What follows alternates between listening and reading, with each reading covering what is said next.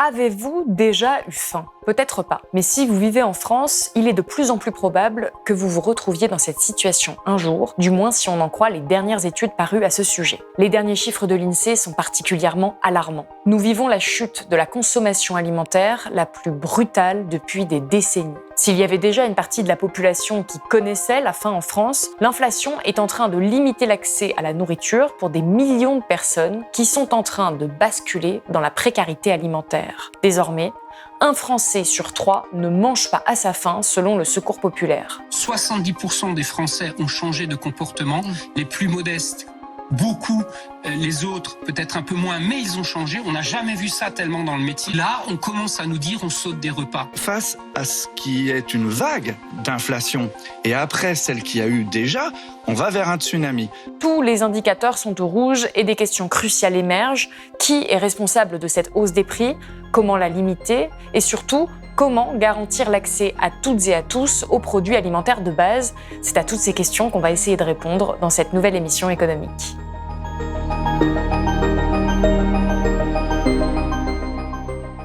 Avant d'aller plus loin, revenons un peu sur les chiffres de la crise alimentaire. Qui, en France, a des difficultés à s'alimenter?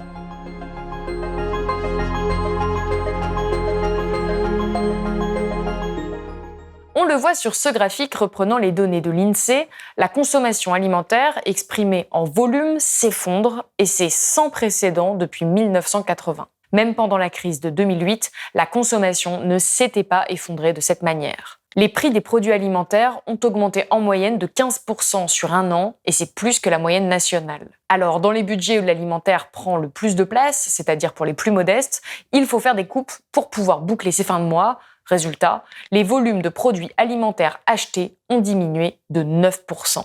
J'achetais 10 de tels produits, aujourd'hui j'achète moitié moins. J'étais obligée de prendre un crédit, j'avais pas le choix, parce que sinon j'aurais pas pu manger. Au lieu de prendre 1 kilo, on va prendre 300 grammes, 100 grammes, donc on réduit, on est obligé de réduire. Ouais. Près d'une personne sur 3 a du mal en France à se payer 3 repas par jour.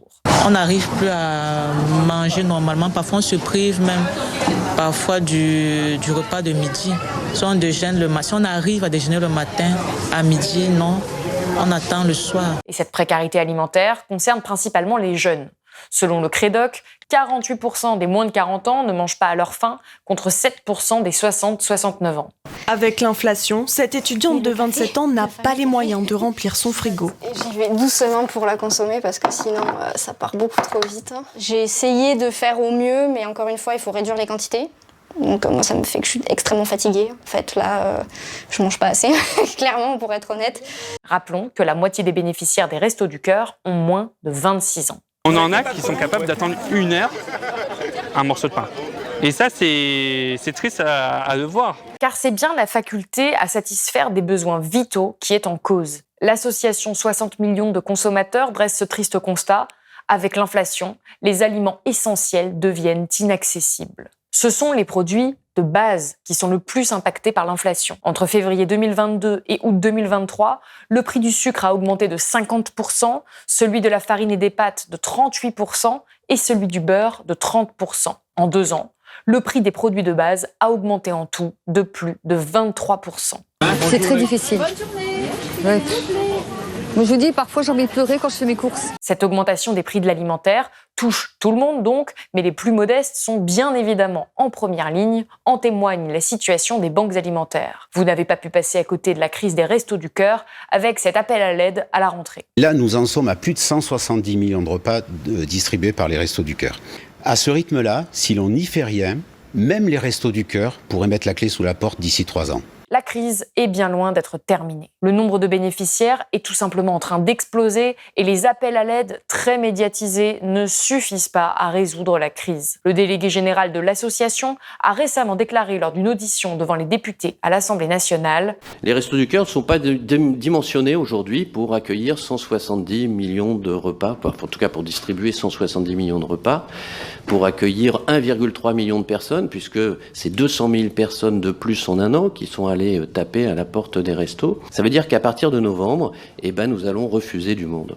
Nous allons refuser du monde pour la première fois de l'histoire des Restos du Cœur. Cette hausse massive et brutale n'était jamais arrivée. Elle avait été constatée en 2008, suite à la crise financière, mais de manière beaucoup plus lente. Là, ce qui surprend tout le monde, c'est le côté massif et brutal de cette crise. Au total, 2,4 millions de personnes bénéficiaient de l'aide alimentaire fin 2022 par le réseau des banques alimentaires et leurs partenaires, soit 3 fois plus de personnes qu'il y a 10 ans. Mais comme le souligne cet article de RFI, le chiffre réel est sans doute plus proche de 5 millions, car il existe d'autres réseaux d'aides alimentaires en France, comme les Restos du Cœur ou la Croix-Rouge. D'autres chiffres, avancés par les associations, parlent même de 8 millions de bénéficiaires dépendant de l'aide alimentaire pour survivre. Je pense qu'on va avoir beaucoup plus de monde que prévu. Et ça nous fait un peu peur, parce que c'est des personnes qu'on n'a pas l'habitude de voir. Déjà, c'est des personnes qui travaillent. On travaille et puis ils n'arrivent même plus à... C'est ça.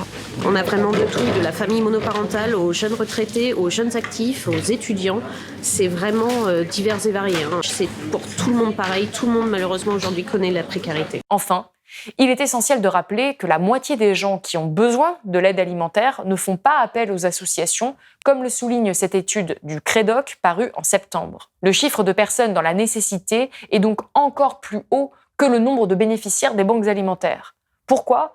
Par gêne, sentiment de honte et sensation qu'on n'a pas le droit à cette aide. Les auteurs de l'étude soulignent que les gens peuvent penser qu'il y a toujours plus pauvres que soi. Bien que la pauvreté ne soit pas nouvelle en France, je voudrais souligner ici qu'une telle explosion de la précarité alimentaire est historique. Et lorsque les associations qui donnent à manger aux personnes en très grande difficulté se trouvent elles-mêmes en très grande difficulté, cela laisse présager que des personnes puissent massivement avoir faim en France et qu'elles soient malnutries. L'anthropologue Bénédicte Bonzi expliquait dans un entretien avec ma collègue Paloma Moritz que cette précarité alimentaire est une violence. Cette violence, elle vient décrire qu'est-ce que ça fait dans un pays qui est parti aux traités internationaux et qui donc devrait appliquer le droit à l'alimentation du fait de la Convention internationale des droits de l'homme, mais qui ne le fait pas.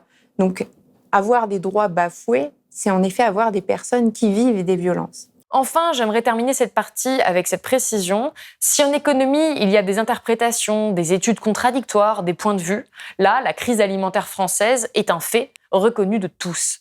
Les chiffres pleuvent, les instituts, les sondages, les associations, tous font état d'une grave crise qui n'est pas prête de s'améliorer à moins d'une intervention politique d'ampleur.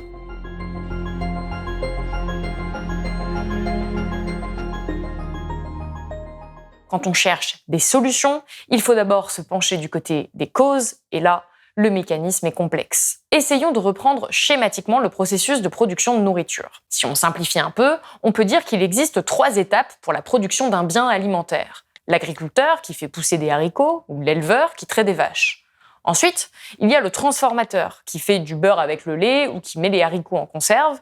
Puis, il y a le distributeur qui vend les produits. Les distributeurs, ce sont les grands supermarchés, Lidl, Auchan, Carrefour ou Leclerc par exemple. À la fin, le prix de votre produit, c'est le résultat du coût de toutes ces étapes et des marges de chaque acteur. Alors qu'est-ce qui s'est passé pour que les prix bondissent à ce point ? La hausse des prix alimentaires est bien entendu liée à la crise de l'énergie qui augmente beaucoup les coûts de production, ainsi qu'à la pénurie de certains produits comme le blé, l'orge ou l'huile de tournesol, notamment à cause de la guerre en Ukraine. Mais il y a un autre débat qui monte, le rôle de l'industrie et de la grande distribution qui sont accusés de faire de la profiflation. L'idée, c'est que certaines entreprises profiteraient du contexte global d'inflation pour augmenter leurs marges au-delà du niveau réel de l'inflation et sans nécessité. Et le problème, c'est que c'est très compliqué à analyser. Est-ce que c'est un phénomène massif ? C'est difficile à dire. En France, les taux de marge de l'industrie agroalimentaire française ont d'abord chuté en 2021, puis sont restés faibles début 2022. En gros, l'inflation a été en partie absorbée par les industriels. Mais les industries ont à nouveau augmenté leur niveau de marge pendant la deuxième moitié de l'année 2022, ce qui explique désormais pour moitié la hausse de leurs prix sortis d'usine. Comme le constate l'INSEE, le taux de marge des entreprises en France augmente depuis 3 trimestres. Et côté alimentaire, les industriels sont pointés du doigt. Dominique Schelcher, patron du Système U, écrivait il y a quelques mois dans un post sur LinkedIn « Autant l'inflation était subie en 2022, autant elle est en partie nourrie par certains acteurs qui en profitent en 2023. » L'Institut La Boétie, proche de la France insoumise, affirme dans un rapport que l'inflation alimentaire est causée par les multinationales. Il assure que le taux de marge des industries agroalimentaires est passé de 28% à 48%, soit une augmentation de 71% du taux de marge en 1 an et demi. Dans cet article des Échos, l'expert en marketing commercial, Frank Rosenthal, trouve ces chiffres difficiles à vérifier, mais il assure qu'il y a en effet des indices concordants qui peuvent laisser penser que des industriels ont probablement profité de l'inflation pour augmenter leurs marges. Enfin, il y a les supermarchés, les distributeurs, qui ne cessent de clamer qu'ils s'engagent pour proposer des prix les plus bas possibles, bien que ça ne soit pas toujours le cas. En mars dernier, dans un communiqué, la Fédération professionnelle Légumes de France dénonçait des marges abusives, justement. Selon les chiffres de l'Office agricole national, France Agrimer, la marge brute sur les tomates en grappe d'origine française avait atteint 84% en mars, contre 28% sur les 3 dernières années. Même type d'écart en ce qui concerne les concombres et les fraises. Le dernier rapport annuel de l'Observatoire de la formation des prix et des marges des produits alimentaires montre le cas des pâtes. La marge de la grande distribution a atteint les plus 57%. Idem pour le beurre, où la grande distribution a augmenté sa marge de plus de 13%, comme le relève cet article de Basta. Globalement, les différents rapports existants tendent à montrer que le problème serait plus important du côté des industriels que des distributeurs. Un rapport de McKinsey notamment montrait en avril dernier que la distribution réduisait bien plus ses marges que les industriels. Même si nous n'avons pas tous les chiffres, notamment pour 2023, les études existantes à ce sujet tendent à montrer que beaucoup d'acteurs profitent de la situation pour augmenter leurs marges, au point qu'en avril dernier, le ministre de l'économie en personne s'indignait sur Europe 1. J'ai du mal à comprendre que les répercussions à la hausse soient immédiates et les répercussions à la baisse prennent plus de temps. Depuis, rien n'a été mis en place, mais toujours confronté au même problème, Emmanuel Macron a annoncé en septembre vouloir contrôler ces fameuses marges pour lutter contre la crise alimentaire. On a des grands groupes qui, en effet, ont fait flamber les prix de certaines de leurs marques. Ils ne jouent pas toujours le jeu. Et donc, eux, on veut les remettre autour de la table et passer plus vite la baisse des prix. Parce que parfois, ils ont augmenté les prix en prenant le haut de la courbe de leurs matières premières qui remontait il y a quelques mois. Donc, le gouvernement va prendre ce texte qui passe au Conseil des ministres dès mercredi. On va remettre les 60 plus gros industriels de l'agroalimentaire. On va suivre ces négociations. Derrière. Et surtout, on va mettre en place, et je vais y veiller personnellement, un accord sur la modération des marges dans tout le secteur. Seulement depuis ces déclarations, absolument rien de concret n'a été mis en place pour aller en ce sens.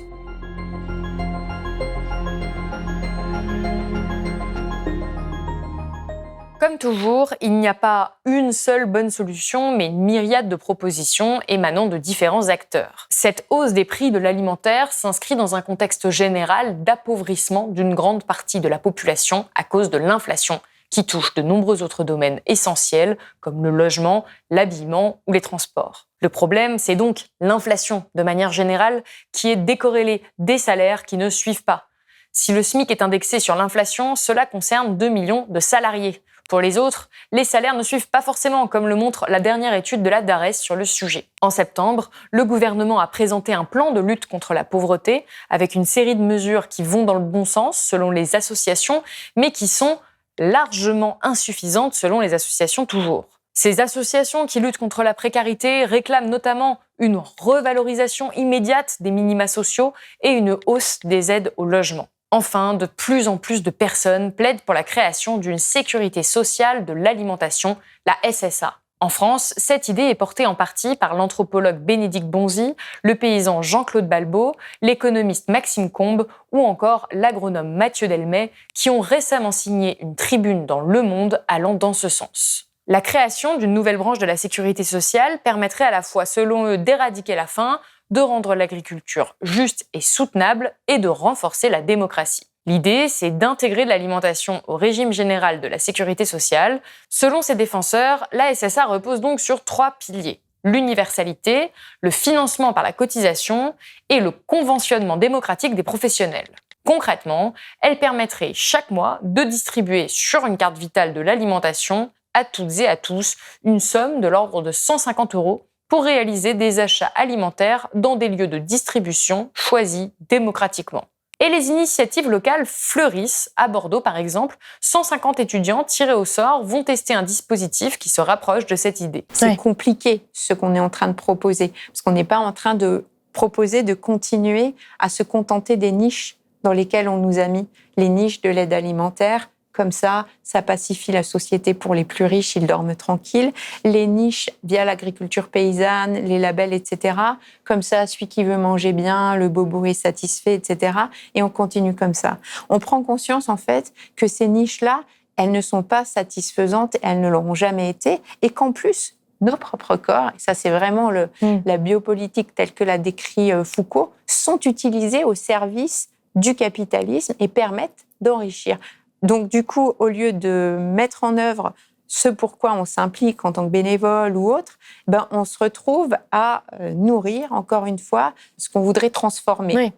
Donc il y a bien à un moment donné l'importance que ces résistances puissent cesser d'être des résistances, mais deviennent une façon d'agir et de réagir. Deviennent système, en fait. Et pour l'auteur de La France qui a faim, il est donc indispensable de mettre en œuvre des changements politiques profonds pour pouvoir faire face à cette crise alimentaire et éviter qu'elle ne se généralise à encore plus grande échelle. On essaye de beaucoup nous convaincre qu'on a le choix dans notre porte-monnaie en allant acheter tel ou tel produit. Ouais, on a aussi un autre choix politique à faire. Si on continue avec ce gouvernement-là, on ne transformera jamais le système alimentaire et on sera toujours en train de nourrir des ventres affamés, quoi. Bref, vous l'aurez compris, la crise alimentaire est l'un des enjeux majeurs de ces prochains mois et de ces prochaines années. S'il n'y a pas de sursaut politique, ce sont des millions de personnes supplémentaires qui pourraient se mettre à avoir faim dans notre pays, qui est, rappelons-le, la 7e puissance économique mondiale. Ce qui est, comme le disait Coluche, paradoxal dans un pays où la nourriture fait partie intégrante de la culture. On est dans le pays de la bouffe. En plus, on est vraiment le pays de la gastronomie. C'est pas ici qu'il va mourir des gens de faim. C'était le 26 septembre 1985. En direct à la radio, Coluche appelle à la solidarité.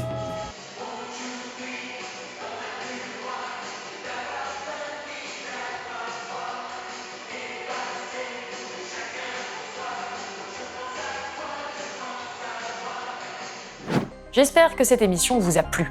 Si c'est le cas, n'hésitez pas à la partager ou à laisser un commentaire. Je vous rappelle qu'à Blast, nous sommes un média complètement indépendant. Nous vivons grâce à vous, notre audience, et de notre côté aussi, les temps sont durs. Donc si vous voulez que nos salaires soient aussi indexés sur l'inflation, n'hésitez pas à faire un don ou à vous abonner sur blast-info.fr.